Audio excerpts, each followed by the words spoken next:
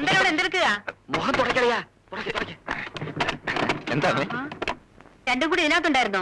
ജമാൻ എത്ര നേരമായി ഇവിടെ വന്ന് കാത്തിരിക്കുന്നു? അയ്യോ, അത് പറയാനാ ഞാൻ ഇങ്ങോട്ട് വന്നത്. സാറിന്റെ ഗുമസ്തൻ ഗുലിമാലി ജമാല് കാണാൻ വന്നിരിക്കുന്നു. ഇന്നത്തെ ദിവസം പോക്ക. ആർക്ക്? അല്ല, എന്റെ.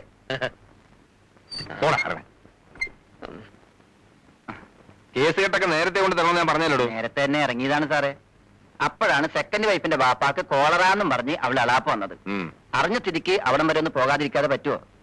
അങ്ങനെ ഇരിക്കെ ഇറങ്ങിയേക്കാന്ന് കരുതിയപ്പോഴാണ് ഫസ്റ്റ് വൈഫിന്റെ ബാപ്പാക്ക് ബസൂരി എന്നും പറഞ്ഞ് അവൾ അളാപ്പ് വന്നത്. ഇതെല്ലാം കൂടി കേട്ടപ്പോ പടച്ചോനാണ് നമുക്ക് ഒരു ലൂസ് മോഷൻ. അതാണ് വരാൻ വൈകി. മോഷൻ കുഴപ്പമൊന്നുമില്ല. കുഴപ്പമൊന്നുമില്ല. നാളെ ഏതൊക്കെയാ കേസ്? CP 38/87, CP 52 പതൊക്കെ പറഞ്ഞു. CP 22/88, സെഷൻസ് 3/90, സെഷൻ 2 മതി. നാളെ രാവിലെ 8 മണിക്ക് ഓഫീസ് തുടങ്ങണം. മജിസ്ട്രേറ്റ് കോർട്ടിലെ കേസിന് ബാലേന്ദ്ര അപ്പിയർ ചെയ്യട്ടെ.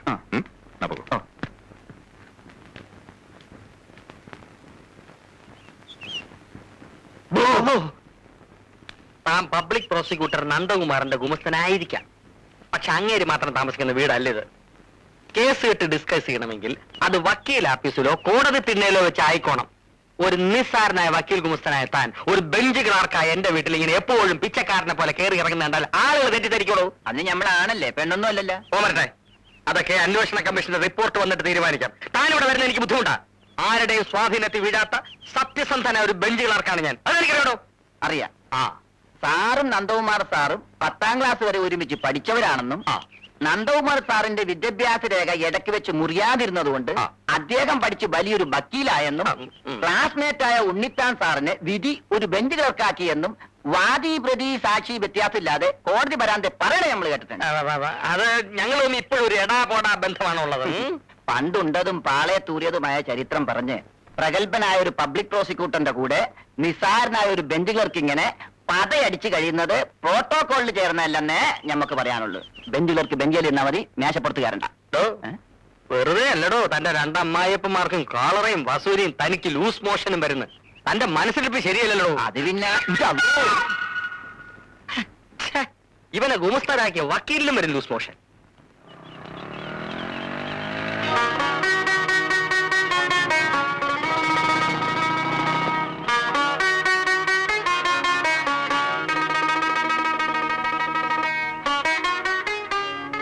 എന്തിനാ അത്യാവശ്യമായിട്ട് കാണണമെന്ന് പറഞ്ഞത്?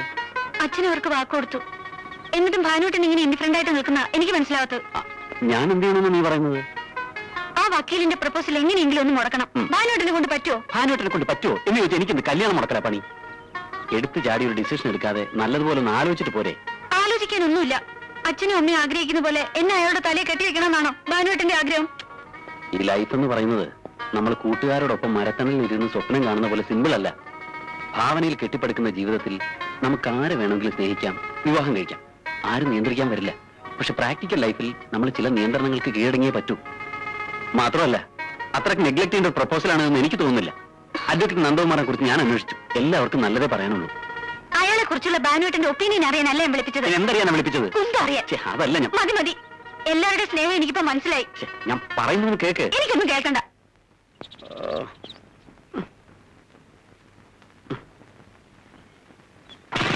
ഭാനുവേട്ടനും കൂടി കൈയൊഴിഞ്ഞ സ്ഥിതിക്ക് ഇനി എന്ത് ചെയ്യാനാ നിന്റെ പരിപാടി?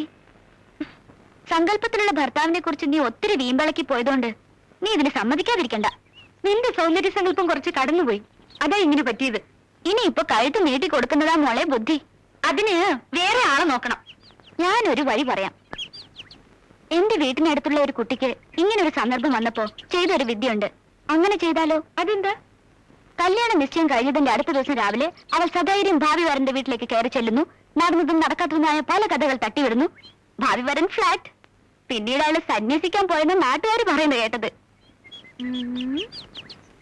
ഐഡിയ.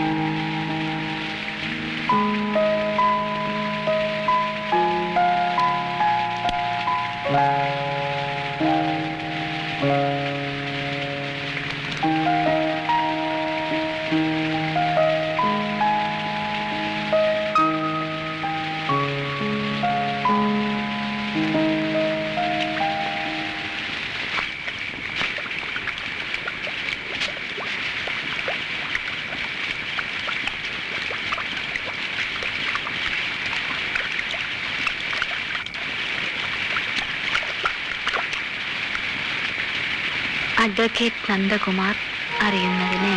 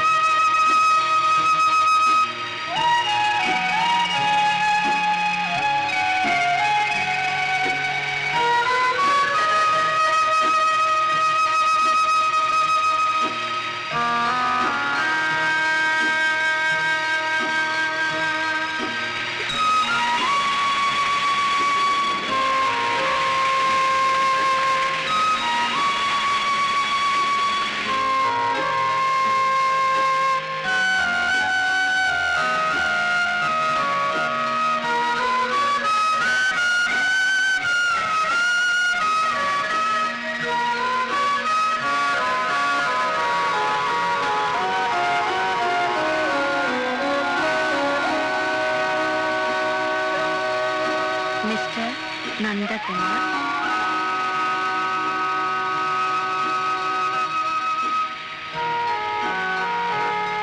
അഡ്വക്കേറ്റ്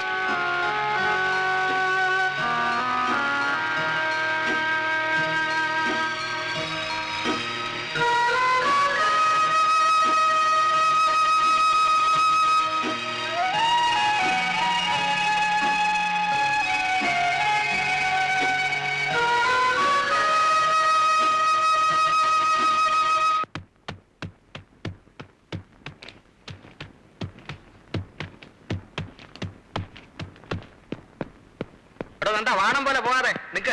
നീ എപ്പോ ഫ്രീ ആവും? കോടതി പരിസരത്ത് വെച്ച് അമിത സ്വാതന്ത്ര്യം കാണിക്കരുത് നിന്നോട് ഞാൻ പലതവണ പറഞ്ഞിട്ടുണ്ട്. നീ ഒരു വെറും bench clerk. I am the public prosecutor. Sorry, ഞാൻ മറന്നുപോയി. ഞാൻ ഇനി ആവർത്തിക്കത്തില്ല. ഞാൻ ചോദിച്ച ചോദ്യത്തിന് ഉത്തരം കിട്ടില്ല. നീ എപ്പോ ഫ്രീ ആവും? സോറി സാർ, എപ്പോ ഫ്രീ ആവും? 2 ദിവസം കഴിയും. ഒരു അർജന്റ് മാറ്റർ പറയാനാ വന്നത്. പറയൂ. സാറല്ല, ഞാൻ 4 ദിവസം കഴിഞ്ഞ് ഫ്രീ ആവും. അപ്പൊ ഞാൻ പറയാം. എടാ, തമാശ വിളമ്പാതെ കാര്യം എന്ന് വെച്ചാ പറ. നിന്റെ ഗുമസ്തൻ, സോറി സാറിന്റെ ഗുമസ്തൻ ഗുലുമാലി ജമാലിന്റെ മേളിൽ ഒരു കണ്ണുണ്ടായിരിക്കുന്നത് നല്ലതാണ്. സാറിന്റെ കേസ് അവൻ മറച്ചു വിൽക്കുന്നുണ്ട്. എന്റെ പ്രൊഫഷണൽ ഡീറ്റെയിൽസ് ഒന്നും തൽക്കാലം ഇടപെടണ്ട. അത് ഞാൻ തന്നെ നോക്കിക്കോളാം. ഓക്കെ? സോറി, ആ, എന്നാ പോ. ആമ്പിള്ളേര് ബാധിച്ചോട്ടെ. Idiot. ഗുലുമാല എന്നെ വിളിക്കുന്നു. താനല്ലോ തോന്നുന്നു.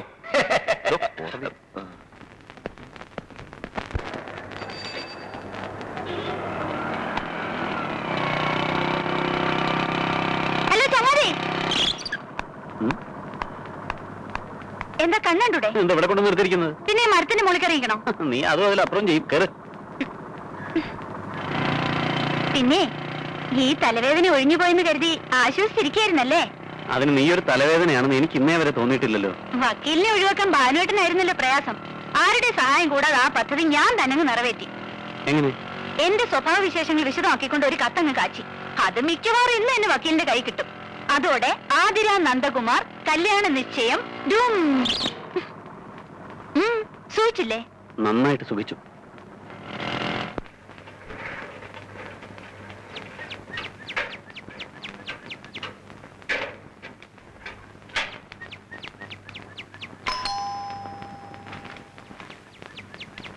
ഈ മാസം സമരം വേണ്ടാന്ന് വെച്ചോ? ഓ, നന്ദകുമാർ അഡ്വക്കേറ്റ് പ്രേമലേ. അപ്പൊ അവർക്ക് സമ്മതക്കുറവില്ല. എന്നാ പിന്നെ അങ്ങ് ഉറപ്പിക്കല്ലേ ബ്രോക്കറെ? പക്ഷേ ഒരു കുഴപ്പമുണ്ട്. പെണ്ണിന്റെ ഗ്രഹനിലയും സാറിന്റെ ഗ്രഹനിലയും കൂടി ഞാൻ ഒരു ജ്യോത്സ്യനെ കാണിച്ചു. ഒരുത്തമില്ലേ? പൊരുത്തമില്ലെന്ന് മാത്രമല്ല, ഒരു കാരണവശാലും ഈ ജാതകങ്ങൾ തമ്മിൽ ചേർക്കരുതെന്നാ ജ്യോത്സ്യൻ പറഞ്ഞത്. പെൺവീട്ടുകാരിക്കാർ പറഞ്ഞോ? അവരോട് ഞാൻ പറഞ്ഞിട്ടില്ല. എന്റെ ദൈവമേ, 2 വർഷമായിട്ട് രാപകലില്ലാതെ അലഞ്ഞതിന്റെ ഫലമായിട്ട് ഒത്തുവന്ന ഒരു ബന്ധമായത്. അത് പിന്നെ എന്നോട് പറയണം. വണ്ടിക്കൂലിയായിട്ട് തന്നെ നല്ലൊരു തുക സാർ എനിക്ക് തന്നിട്ടില്ലേ? നന്ദന്റെ കല്യാണം നടത്തുന്നതിന് മുമ്പ് ഞാൻ എന്റെ കല്യാണം നടത്തുമെന്ന് വീമ്പിളക്കുകയും ചെയ്തു. ഇനിയിപ്പോ എന്താ? അതിരിക്കട്ടെ, സാറിന് ജാതകത്തിൽ വിശ്വാസമുണ്ടോ? കഴിഞ്ഞ ജന്മത്തിലുണ്ടായിരുന്നു, ഈ ജന്മത്തിൽ വിശ്വാസമില്ല. പിന്നെ പേടിക്കാനും തിരിക്കുന്നു. നമുക്ക് അങ്ങ് നടത്താം. അതെങ്ങനെ നടത്തുകേ? പെൺവീട്ടുകാർ സമ്മതിക്കണ്ടേ?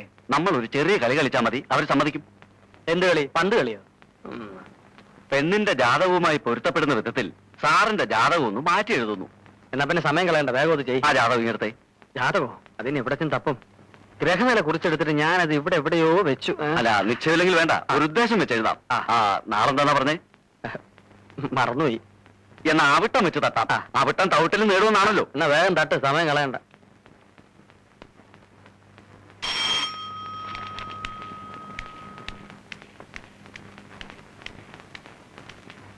ഗായത്രി മേനോൻ കേസിന്റെ ഫയൽ എത്തിയോ?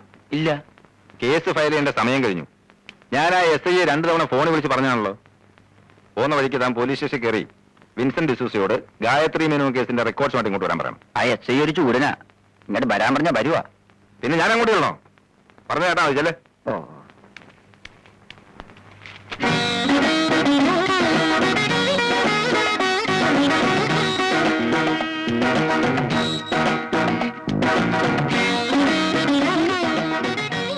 അയ്യോ, ചേച്ചിക്ക് എന്ത് പറ്റി?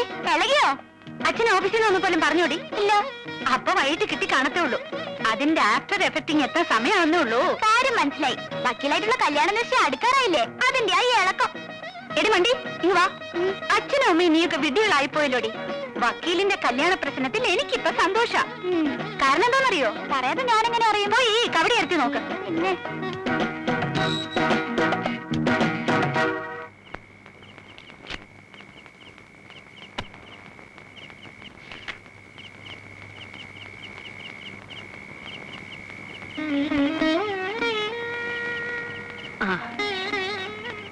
നിശ്ചയത്തിന്റെ തീയതി കുറിപ്പിച്ചുകൊണ്ട് നാളെ ശിവശങ്കർ നീങ്ങി വരും. ആ വരട്ടെ. നീ കൂടെ ഇവിടെ ഉണ്ടായിരുന്നെങ്കിൽ കാര്യങ്ങളൊക്കെ ഒന്ന് പറഞ്ഞേൽപ്പിക്കാമായിരുന്നു. അമ്മ കിടന്ന് ധൃതി വെക്കാതെ. എനിക്ക് ധൃതിയാ. വന്ന ആലോചനകളൊക്കെ ഓരോ കാരണങ്ങൾ പറഞ്ഞ് നീട്ടിക്കൊണ്ടുപോയി. ഇനി അത് പറ്റില്ല. നമ്മൾ അവരുടെ സൗകര്യം കൂടെ നോക്കണ്ടേ അമ്മേ? സാധാരണ പണവും പണ്ടവും ഒപ്പിക്കാനാ പെണ്ണ് വീട്ടുകാർ സമയം ചോദിക്കുന്നത്. നമ്മൾ അവരോട് സ്ത്രീധനമൊന്നും ചോദിച്ചില്ലല്ലോ, പിന്നെ എന്ത് സൗകര്യം നോക്കാനാ? ആ, എനിക്ക് വെച്ച് വിളമ്പി അമ്മ മടുത്ത് കാണും ഇല്ലേ? മടുത്തിട്ടല്ലടാ മോനെ, മരുമകളോടൊത്ത് കഴിയാനുള്ള എന്റെ ആഗ്രഹം നിനക്ക് മനസ്സിലാകാഞ്ഞിട്ടാ. വലിയ കൊതിയും കൊണ്ടിരുന്ന് അവസാനം മരുമോള് വന്ന് അമ്മാവ് എന്നെ അടിച്ചിറക്കിയില്ലെങ്കിൽ കൊള്ളാം. നിന്റെ തിരുനാക്കം ഉണ്ടെന്നും പറയാതിരുന്നാ മതി. കണ്ടിട്ടൊരു അടക്കവും ഒതുക്കവും ഉള്ള പെൺകുട്ടിയാ. കണ്ട പണിയടിക്കുന്നു സത്യം. മണി 10 പെണ്ണ് കാണാനെന്ന് പറഞ്ഞ് ഉള്ളി പോയിട്ട് ഇത് എവിടെ പോയി കിടക്കുക? അവനുള്ളത് അവിടെ കാണാൻ അടച്ചു വെച്ചിട്ട് അമ്മ പോയി കിടന്ന് തുടങ്ങി. പെണ്ണ് കാണാനാ പോകുന്നതെന്ന കാര്യം വഴിക്ക് വെച്ച് മറക്കാതിരുന്നാ മതി. അരണയുടെ ജന്മമാ അരണയുണ്ണി. കേക്കണ്ട. അമ്മയും മോനും കൂടി എന്നെ അരണയാക്കരുത്. നീ ഇങ്ങെത്തിയേ? ഇങ്ങെത്തിയിട്ട് 10-36 വർഷമായി. നിയമപുസ്തകം എന്റെ അസാന്നിധ്യത്തിൽ അമ്മയും മോനും കൂടി എന്നെ പറ്റി പരദൂഷണം പറയാല്ലേ? നിന്നെ പറ്റി എന്ത് പറയാൻ? എന്തൊക്കെ പറയാം. ഞാനൊരു ഇത്തിൽക്കണ്ണിയാണെന്നും തീറ്റിപ്പണ്ടാരമാണെന്നും കല്യാണത്തിന്റെ കാര്യം പറഞ്ഞ് എന്നെ എങ്ങനെയെങ്കിലും ഇവിടുന്ന് ഒഴിവാക്കണം എന്നൊക്കെ പറയാലോ. വല്ലതും പറയാനുണ്ട് എന്നെ മുഖത്ത് നോക്കി പറയരുതോ? നാണവും മാനവും ഇല്ലാത്ത ഇവന്റെ അടുത്ത് പറഞ്ഞിട്ട് വല്ല കാര്യമുണ്ടോ? അതെ, നീ പെണ്ണ് കാണാൻ പോയിട്ട് എന്തായി? പെണ്ണിനെ കണ്ടു. സുന്ദരി, ജനന മരണ രജിസ്റ്റർ ഓഫീസിൽ ജോലി, മുട്ടാറ്റ മുടി, സിറ്റിയിൽ ഒരു വീട് വാടകയ്ക്ക് കൊടുത്തിട്ടുണ്ട്. അതൊഴിഞ്ഞേരും. പക്ഷെ പെണ്ണിന്റെ തന്തയുടെയും തള്ളയുടെയും ചീട്ട് കീറിയ ശേഷം മാത്രമേ ഞങ്ങൾക്ക് സ്വന്തമായിട്ട് വെച്ച് അനുഭവിക്കാൻ പറ്റത്തുള്ളൂ. അയ്യോ, അതുവരെ നിങ്ങളുടെ രണ്ടുപേരുടെയും താമസം വലിയ പ്രശ്നമാവുമല്ലോ. എന്ത് പ്രശ്നം? ഒരു പ്രശ്നവുമില്ല. കൊട്ടാരം പോലത്തൊരു വീടല്ലേ സിറ്റിയില്. ഏത്? ഇത് കല്യാണം കഴിച്ച് ഞങ്ങൾ ഇങ്ങോട്ട് മാറി താമസിക്കുമ്പോഴേ അമ്മേ വയറ് വെച്ചിട്ട് ചോറ് വല്ലോണ്ട് വിളമ്പിത്താ, ഇല്ലേ ചീരയെങ്കിലും പറിച്ച് പുഴുങ്ങിത്താ. അവിടെ അടച്ചു വെച്ചിട്ടുണ്ട്, ചെന്ന് വാരി വാരി ഞണ്ണ് ചെല്ലേ. അമ്മേ വഴി നിന്ന് മാറിയിരിക്കുന്നേ. അരണേ, അതെങ്ങനാ? നീ ഇവിടെ പറഞ്ഞതൊക്കെ അവിടെ ചെല്ലുമ്പോഴേക്കും മറക്കും.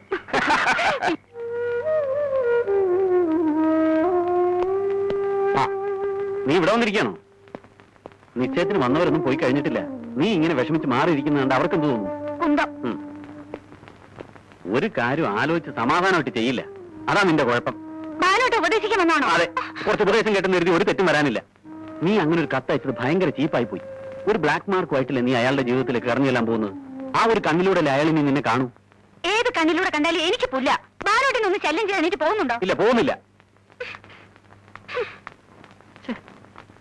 എന്റെ ഗോപി സാറേ, നിശ്ചയത്തിനൊക്കെ നാളടച്ച് ക്ഷണിക്കാനൊക്കൂ. കല്യാണത്തിന് ഏതായാലും ഇങ്ങനെയുള്ള പരാതി ഒന്നും കേൾക്കരുത്. ക്ഷണിക്കാനുള്ളവരുടെ ലിസ്റ്റ് ഇപ്പോഴേ കുറിച്ച് വെച്ചേക്കണം. അതും ആർഭാടമായിട്ടൊന്നും വേണ്ടാന്നാ നന്ദന്റെയും അഭിപ്രായം. ഒന്നോർത്താതാ നല്ലത്. എല്ലാരെയും കൂടെ വിളിച്ച് ബുദ്ധിമുട്ടിക്കുന്നതിനാ. കല്യാണത്തിന് പങ്കെടുക്കാന്ന് പറഞ്ഞാ ഒരു ദിവസം വേസ്റ്റാ. നിവൃത്തി ഉണ്ടെങ്കിൽ ഞാൻ ഇങ്ങനെയുള്ള കാര്യങ്ങളിൽ നിന്ന് ഒഴിഞ്ഞു നിൽക്കും. അതെ, ഈ കാര്യത്തിൽ ഒഴിയാവുന്ന കരുതട്ടാ.